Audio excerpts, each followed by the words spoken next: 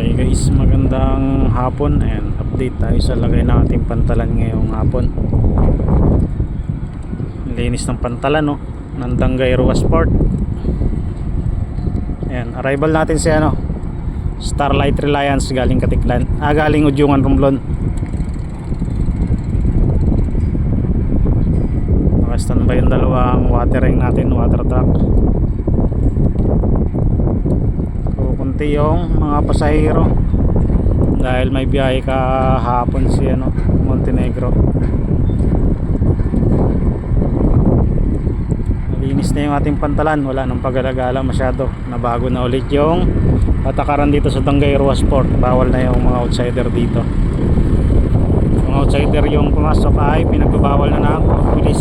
Kailangan may ID ka at dapat i-pliado ka ng pantalan o kaya i-pliado ka ng shipping lines.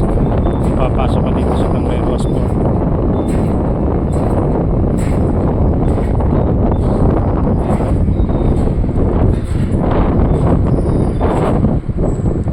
Malinis na, wala nang mga pag-alagala. Bawal na rin dito sa area na to, itong marshaling na to. Bawal na dito yung mga pag-alagalang mga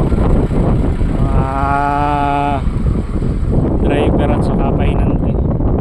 Bawal na rin silang dumiretso doon. Galing dito sila dadaan sa na to, ito sa pathway na to, yung may covered na yan, mga tawag dyan. Hindi ko alam ang tawag nila, nalimutan ko na. Dito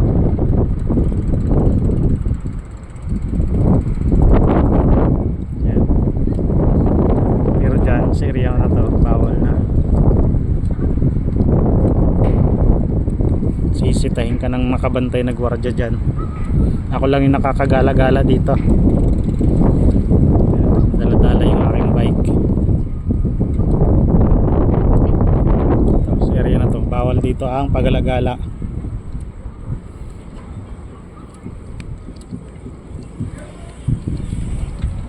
Ito lang yung allow dito gumala. Yan, allow dyan gumala dyan. Yan. Saka ako matigas ulo ko eh.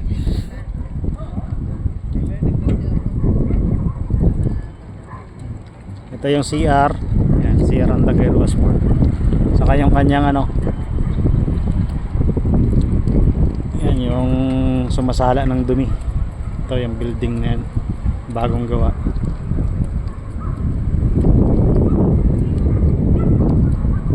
Nung nakaraan kasi may nag-wild dito, wild na pickup truck.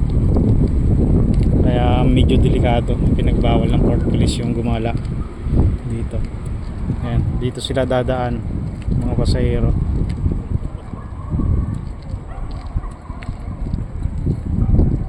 May dalawang private na nandito. Panakay na siguro na Starlight ito, yung dalawang private na to. Ayos na din dahil nilalagay sa ayos yung pagpapalakad ng Dangay Ruas Port. Kumbaga para sa safety ng mga taong gumagamit ng pantalan, para maiwasan yung disgrasya.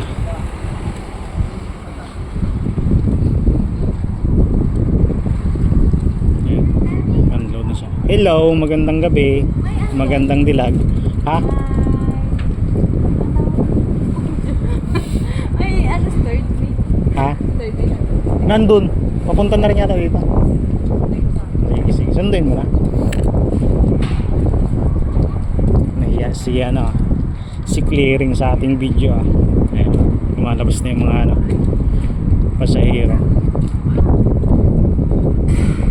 Ilang piraso, hindi ganun karami. Kagabi marami yung sakay ni Montenegro.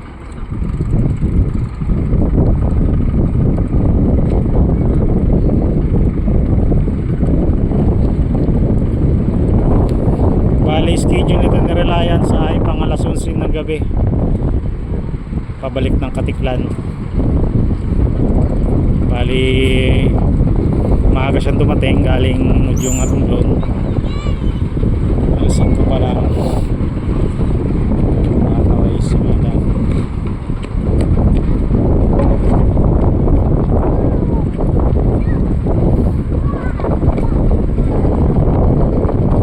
Kakilala pala natin. Maagang dumating si Reliance galing Mudyong Arumblon. At ito, bali mahaba-haba din yung oras ng standby niya dito sa Dangay Ruas Port. Halos 5 oras. Kasi alas 11 pa ng gabi yung kanyang sunod na biyahe bound to Katiklan. Medyo malakas yung hangin, hanging amihan. Malamig na rin yung simoy ng hangin dahil papalapit yung Pasko eh. Ngayon lang ulit tayo nagkaroon ng pagkakataong mag video at meron tayong pagkakataon. Busy kasi lagi.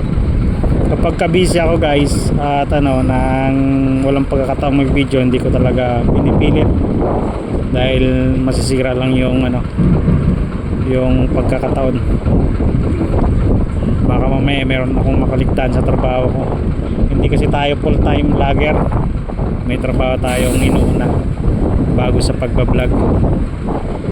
Ilang barko kasi itong inaasikaso natin, kagaya ngayon 4 ng barko ang meron si Starlight dito, 2 Starlight na shipping lines at saka yung 2 Poseidon malalaki. Kaya kapag duty, dadalwa lang kaming port officer na duty, ay kailangang nakatutok ka talaga.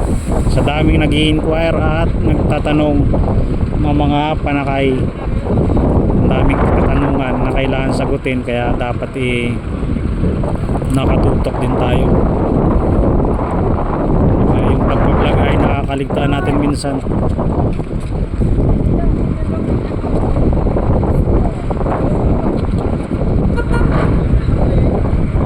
Ayan, palabas na tayo ng rolling cargo.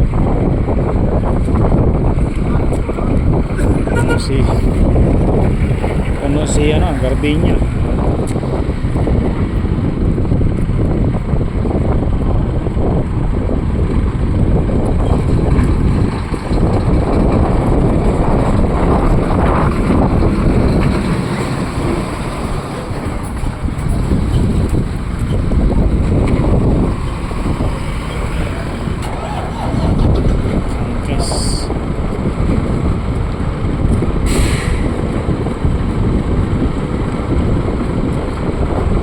Ilang piraso lang to guys, hindi napuno si Reliance.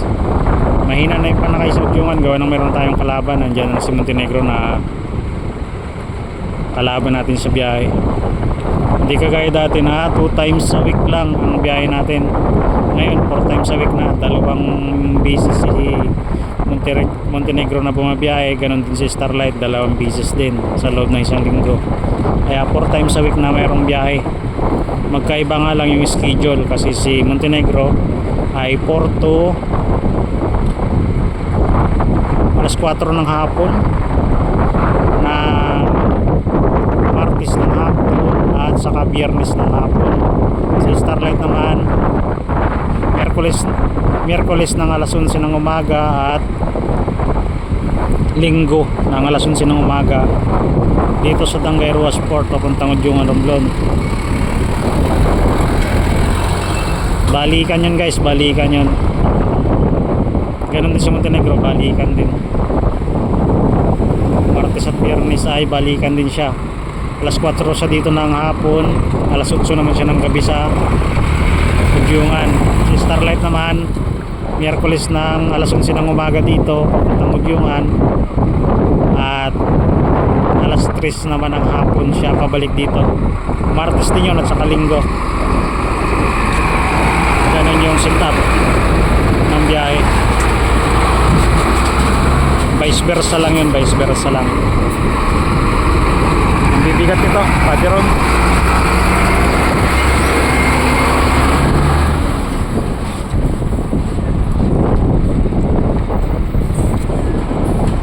Okay, finish unload tayo, finish unload. Kakarga lang tayo ng fresh water at standby ng halos mga 4 na oras bago tayo mag-loading ng Katiklan.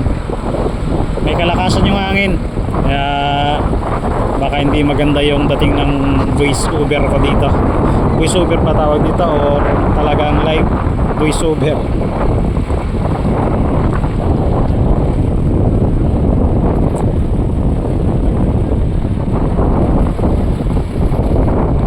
Paano guys, yan yung status natin ngayong hapon dito sa Dangay Roa Sport. Ayan yung ating water. Ayan, baka ano na rin, padilim na rin kasi yung ating kanluran ay kukunti na lang yung natitirang liwanag. Hey, shout out.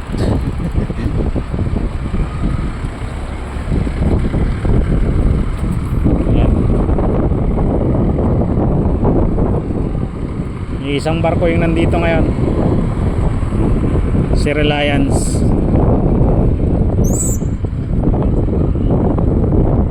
Mamaya dadating din yan mga rival. Ano guys, hanggang dito na lang ulit muna tayo. Yan yung status ng Dangay Roa Sport ngayong hapon.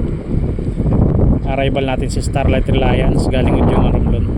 See guys, hanggang sa muli, maraming salamat.